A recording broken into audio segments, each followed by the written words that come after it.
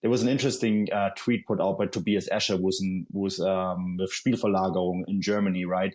And he tried to make a different point, but it's not the point that stuck with me. Is where he showed a graph of Dortmund and Bayern Munich's points totals, and what's really telling was that over the last 5 years, Bayern's point total has gone down every single year, and Dortmund has kind of closed the gap. And I feel like that's going to keep happening. This is the lowest point total since 2010, and this was only Dortmund's fourth highest point total ever.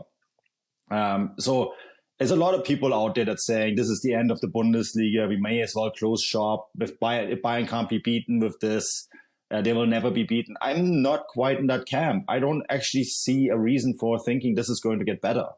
And so maybe as Dortmund fans wake up from this nightmare, Stefan, that was the Saturday, where I have a guy who's in my posts all the time, is one of those Twitter people who like don't even follow you, but have something to say all the time. He's like, oh, they're never going to close the gap to Bayern. It's finances and they can't do it. And it's not fair, yada, yada, yada. So that I will say Bayern's financial gap to Dortmund did not fail to beat Mainz. Dortmund did that themselves. And to that, we have to go to Dortmund. And the dramatic experience that Dortmund fans went through on a day where they thought they would celebrate the title. Yeah, I've now had a couple of days to kind of process what happened here, and where I was kind of full of sympathy for Dortmund, and we saw the images on TV of the players looking dejected, and your heart really went out for guys like Marco Reus, Mats Hummels, who may never get a chance to kind of win another title again. You saw Edin Terzic in front of the yellow wall. You saw the appreciation, support, all of them got from the club support, and you kind of couldn't help but feel sorry for them. I've now slept on it twice, and I've kind of managed to find a little pocket of anger and rage, which I'm more than happy to just kind of like unfurl for all our listeners here, because there's no doubt that Dortmund dropped the ball, to use a sports metaphor from another sport, which is I'm sure is extremely comfortable, fitting. They should have won the title and they didn't, and that's their fault. And I think there's a few things here. There will be haters who don't watch German football, who if anything maybe enjoy kind of beating down on it, and will say, "Oh my God, if Dortmund couldn't win it this season, they'll never win it." As if to suggest that like the stars aligned for Dortmund, which is just simply not the case. As you said, yes, Bayern were terrible for much of the season, but I think Dortmund were terrible for much of the season too, to be perfectly honest with you. You kind of, not only the fact that poor Sebastian Haller was obviously struck down for horrible illness and was able to come back, he missed half the season. The club were extremely inconsistent in the first half of the campaign. I think they finished the first half of the season in 6th place, if I'm not mistaken, if my memory serves me right. So we're not talking, and never mind a whole raft of injuries, a whole number of new signings that didn't settle in. I mean, I can distinctly remember us talking during the January break about how Schlotterbeck and Niklas Süle just have not got going at Dortmund. So this wasn't a case in which the stars aligned for Dortmund and they still managed to lose it, which would suggest that, Bayern Munich are inevitable. It's quite the opposite, I think. I think Dortmund were an extremely average team for most of the season. Yes, they finished very strongly up until the final match day. They looked fantastic after the winter break when they finally got some players match fit. Terzic managed to obviously spend a lot more time in the training pitch and that kind of mid-season break with them all. And they finally looked like a great team. But there's still so much room for improvement in this Dortmund side. And I think that's the key thing here. I was kind of looking over the reactions from a number of people at the club after the defeat on Saturday. And you had Watzke saying, "Oh well, we're Dortmund. We're from the Ruhr area. We're used to kind of picking ourselves up and getting on with it. We'll go again. We'll bounce back," which I find quite surprising, because I'd actually argue that for the last 10 seasons they've done anything but bounce back, and they've been extremely inconsistent. They've been extremely inefficient in the transfer market, and they've done anything but trying to bounce back. So I'm not sure he's the best person to say, will definitely have a team capable of fighting for the championship next season. And then there's other things like, Sebastian Kehl. I think it was either Sebastian Kehl or Vatska saying, well, the real problem is that we didn't pick enough points in the first half of the season. To which I would say, well, that's because you sacked your head coach in May and you appointed a novice in charge. Now, this is not me trying to, bash on Terzic. I think he proved himself in the second half of the season. He's got plenty of great attributes to the coach. There's no doubt that the players have bought into what he does. He's got great performances out of players who just could not perform at Dortmund for a number of years. I think, Brandt and Guerrero, perhaps a good example. But let's not forget that the guy that he sacked in May finished third with Leipzig, only about 6 or 7 points below Dortmund, And probably would have won the title if he had been in charge all season. You took the words right out of my mouth there. Now, this is obviously me looking back with 2020 vision here, because there's no doubt that there were issues in the squad when Marco Rose was in charge. Maybe certain players didn't like him. The supporters weren't entirely enthralled by him, especially after what happened to Gladbach. So, I'm not really going as far as to say, yeah, of course Dortmund would have walked to the title if Rose had stayed in charge.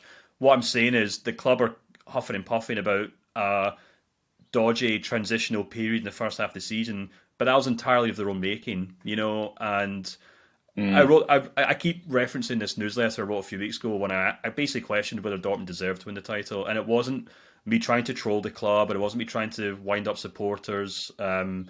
I had some people saying it was clickbait on Twitter, which baffles me since we run a newsletter with a paywall. Kind of defeats the purpose of a paywall. Yeah. If you're writing, people don't sign up to clickbait articles, so it's not really what we're in the habit of doing. The point I was making was I was looking through the stats and saying, well, how much have Dortmund actually improved this season? And it is minimal. Now, that's not to take away from the credit they deserve for mounting a challenge. Point I'm trying to make here is that Dortmund have a lot of space to go into, and it is imperative that they know that. It's imperative that they don't put their feet up this summer and say, well, we got within a whisper of Bayern. If we do more of the same, we should be all right. They have to do a lot more. And I'm sure we'll talk about this in the transfer show this week in terms of players that they can sign, positions they need to strengthen. Obviously, Guerrero's confirmed that he's now leaving the club. That's a big miss. Maybe Bellingham joins him, who knows. But the point is that Dortmund made steps forward this season, but they have to make a few more to ensure that all the good work they did this year doesn't just go up in smoke next season. I think that's fair. I don't think I've been harsh. I don't know. You tell me. No. I mean, I wrote this article saying that they deserve to win the title, and I stand by it because, in the end of the day, they had the same amount of points as Bayern, and really, it was one goal going one way or another. And I am of the firm belief, when I say that Bayern, I have lots of Bayern fans saying they didn't deserve the title. Excuse my language, that's bullshit. If you're first after 34 games, and if it's goal differential, it doesn't really matter, right? If you're first after 34 games, you deserve to win the title. So let's just throw that notion right out of the window. I think also if you're second after 34 games, and even if it's just goal differential, you do not deserve to win the title. It's really that simple, right? I think one thing that I kind of want to point out, and this should maybe give Dortmund fans some hope, is that they did dominate the last 19 games of the Bundesliga season. They finish essentially with 11 points ahead of Bayern Munich, 8 points ahead of RB Leipzig. 6 points ahead of RB Leipzig. But they did dominate that second half of the season in convincing fashion. And if you do take that spread over 34 games, they'll win the title quite easily, right? Probably with a record amount of points for them. Not necessarily a Bundesliga record, but a record amount of points for them. So there is that. And I also say, okay, if you come with the right conclusions from that run, I'm not saying roll it back. Don't come back with the exact same squad. Don't do that. But I do say that the trend is your friend. And if you do make the right decisions in the summer, you can come out of the gates and play that sort of season that you played in the second half. You're going to win the title in next season. It is really that simple. Of course, psychologically, how you're going to come over this traumatic experience of losing the title at the last day of the season. What is Bayern Munich going to do? What is Leipzig going to do? We have to put them into the equation too. It's not going to be just one title challenger next year. I think it's going to be 3, right? So there's all of that. But if you draw the right conclusions from what happened on Saturday, and if you look at what happened since the World Cup break, you have a good chance of winning the title next year. And I think that only happens, though, if you are willing to make these sort of ruthless decisions that Bayern Munich made this year. And I think that is, you can say about Bayern Munich whatever you want. When they make a mistake, they don't care about personal feelings, love to the club, what a person means to a club. They put the club over every single individual. That's why the club name, and they were the first team to do this, so the club name is on the top of the shirt and the name of the player at the bottom. And some teams have now copied that, right? But they were the first to do it because the club is always above the individual. And that's why they're so successful. And unless other teams in Germany or anywhere really understand that, I think the only other team really that has that sort of ethos is Real Madrid. You know, Dortmund need to look at Bayern Munich rather than saying, well, we're the Westphalian, we do things different, we're poor, we don't have that sort of... You want to beat Bayern Munich, you need to beat Bayern Munich. You need to be ruthless, you need to put the club above everything else. And that also might include, this sounds really harsh, but at Bayern Munich, Watzke would have been fired a long time ago. Yeah. And that is the difference. That's the difference. Yeah. No, you're right. And it's a point I made on Twitter, actually, when the news came out, that it's an interesting contrast that Bayern have sacked their kind of CEO and sporting director. They won the league, but Dortmund obviously are kind of sticking with what they have. And, you know, I've actually been very critical of Watzke over the last kind of 10 years. I've been very critical of Dortmund's kind of transfer policy over the last 10 years. I actually think one of the reasons they came close to the title this year is because they kind of changed that for a start. Instead of selling Haaland and bringing in another youngster, they actually brought in some ready-made players for a change. And you can see how much of a difference that made to this team, where you've suddenly got more senior players like Haller, and I know Malin finally settled in as well. Even Adeyemi to an extent, he's not just some young gun. He's obviously done what he can in the Austrian football and you know, has kind of developed. Nicolas Sula is a good example of that too, I suppose. More senior players who aren't just signed in the hope of selling them to the Premier League in 4 or 5 years. So I think, and I hope Dortmund have kind of turned a corner in that regard. I think they know that they kind of have to maybe change things up a bit. And yeah, you're right. And this is kind of what I'm saying in the sense that, you know, don't throw the baby out with the bathwater. There's a lot going well in this Dortmund team. Terzic is obviously getting a really good vibe out of all of them. He's getting great performance out of a lot of that team. We actually recently did a kind of transfer show, I think, and I basically made the point that even if Jude Bellingham was to move on, they still got all the kind of building blocks there for a strong squad. So that's a lot better than you could have said back when, you know, they relied on Erling Haaland, or when they relied on Jadon Sancho, Christian Pulisic, Aubameyang, whoever, blah, blah, blah. So there's a lot going well for Dortmund. But as you said, they need that ruthlessness. They need to take that last kind of 10% to kind of put their foot down and say, no, we're here to try and win something, you know. And, you know, you and I both know this firsthand, that trying to get someone at Dortmund, or an ex-player, or an ambassador, or whatever you want to call them, to say our Dortmund title challengers, they look at you like you've got 3 heads. Like, we're not allowed to say that. We can't say that.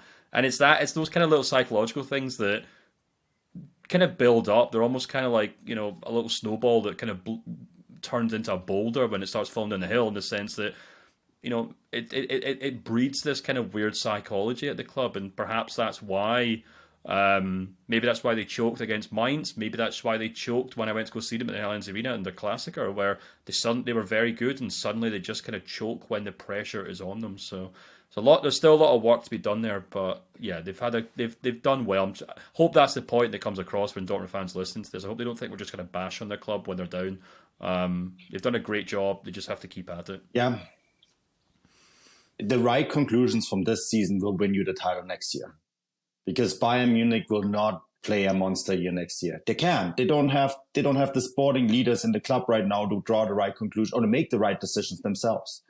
You know, there is a period of weakness that's probably going to last. The right conclusions this summer could lead to Dortmund in the title next year. And I think that is, the main point that they have to, I know it's going to take a few days, maybe even weeks, you know, for this to settle in.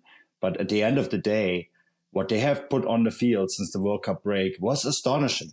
And if you are able to bottle that and bring it into next year, you are going to win the title. It's really that simple and straightforward. I know it's probably a lot harder than we make it sound, but I do really feel that now, having, had the time to look back.